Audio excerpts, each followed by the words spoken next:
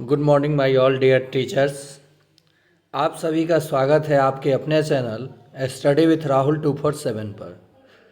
जैसा कि एक अप टू डेट निकल के सामने आ रहा है, बहुत सारे हमारे शिक्षक जो नियोजन इकाई से विशिष्ट शिक्षक के रूप में जाने जाएंगे योगदान के बाद, उनके लिए ये विशेष करके बिहार सरकार शिक्षा विभाग की ओर से एक बहुत बड़ी खबर सामने निकल के आई है कि वरीयता के क्रम में कुछ इस प्रकार से नियम बनाया गया है। मतलब वरीय शिक्षक कौन होंगे, इस पे हम लोग आज चर्चा करने वाले हैं।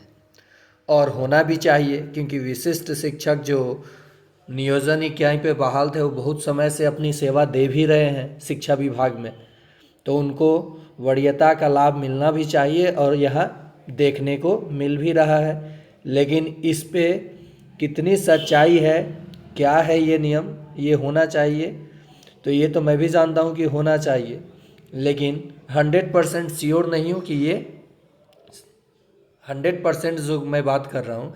लेकिन यही क्रम मेरे मतलब शिक्षा विभाग की ओर से एक बड़ी खबर सामने निकल के आई है कि क्रमबद्ध ऐसे हम लोग वरीयता का क्रम रखेंगे। सबसे पहले बात करते हैं 1992-94 बैच के बीपीएससी शिक्षक जो भी हैं वो सबसे बड़े शिक्षक होंगे। वो लोग सबसे बड़े शिक्षक, और इनकी संख्या बहुत कम बच गई है। जहाँ भी ये हैं प्रधान शिक्षक के रूप में कार्य कर रहे हैं, और इनकी संख्या भी कम है, और कम संख्या में से भी अब बहुत सारे लोग रिटायरमेंट के कगार पे हैं। ठीक है। दूसरा प्लेस यानी दूसरे प्लेस पे हैं सक्षमता पास जो विशिष्ट शिक्षक बनेंगे उनको दूसरा स्थान दिया जाएगा, यानी वरीयता के क्रम में पहला स्थान बीपीएससी पास शिक्षक जो 1992-94 बैच के हैं, तो इनकी संख्या बहुत कम है, और जिनकी संख्या है अब वो भी रिटायरमेंट के सेवानिवृत्त होने वाले हैं। बात करता हूँ सक्षमता पास जो विशिष्ट शिक्षक के रूप में योगदान देंगे, दूसरे क्रम पे आएंगे। उसके बाद तीसरा जो क्रम होगा ये होगा उन शिक्षकों का जो 2023-24 बैच के बीपीएससी शिक्षक बने हैं।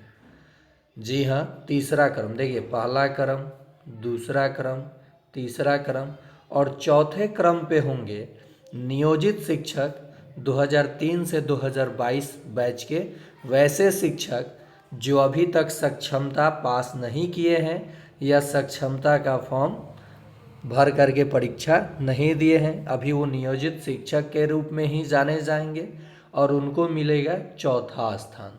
कौन सा स्थान? चौथा स्थान।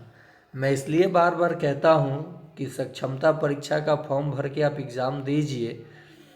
देखिए यहाँ पे लाभ तो दूसरा एक लाभ देखने को मिल गया कि वरीयता के क्रम में ये बीपीएससी 2023-24 के शिक्षकों से इनकी वरीयता आगे चली गई, और जानी भी चाहिए।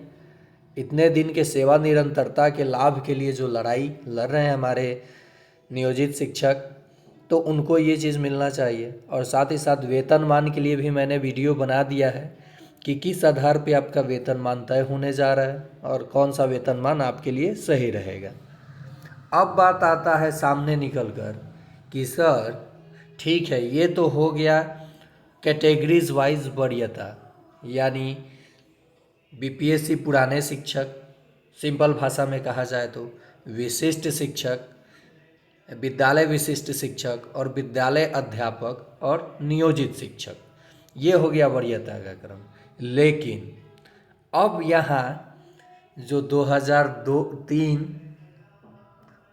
और लेकर के 2022 अलग अलग समय में इन्होंने ज्वाइनिंग किया, सेवा दिए, किन्हीं की सेवा बहुत अधिक दिनों से, बहुत कम, तो ये तो सभी अगर सक्षमता पास करेंगे तो टोटल के टोटल लोग इस विशिष्ट शिक्षक में आ जाएंगे। तो इनमें अब वरीय कौन होगा?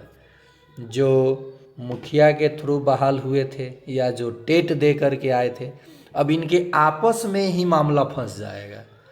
तो इसके लिए नियमावली, जो संशोधन नियमावली किया गया है 2023 का, बिहार सरकार के तरफ से संशोधित किया गया है, उसमें कहा गया है कि जो भी विशिष्ट शिक्षक बनते हैं तो ज्वाइनिंग का बात ना करके, ज्वाइन का बात ना करके प्रशिक्षण का बात किया गया है।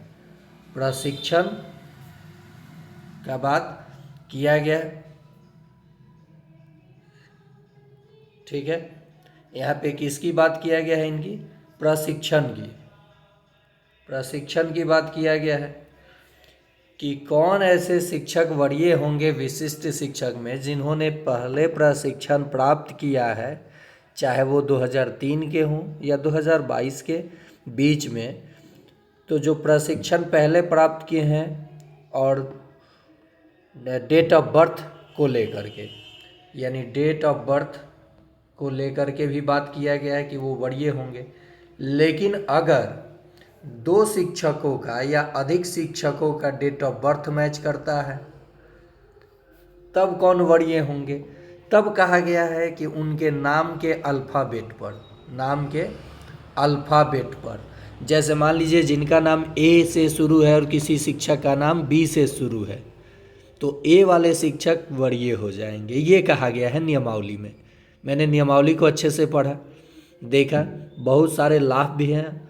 देखिए, नियमावली को ओवरऑल देखा जाए तो 70% नियोजित शिक्षक से विशिष्ट शिक्षक बनने पर लाभ है, लेकिन 30% जो है वहाँ पे थोड़ा सा खमियाजा आपको भुगतना पड़ रहा है।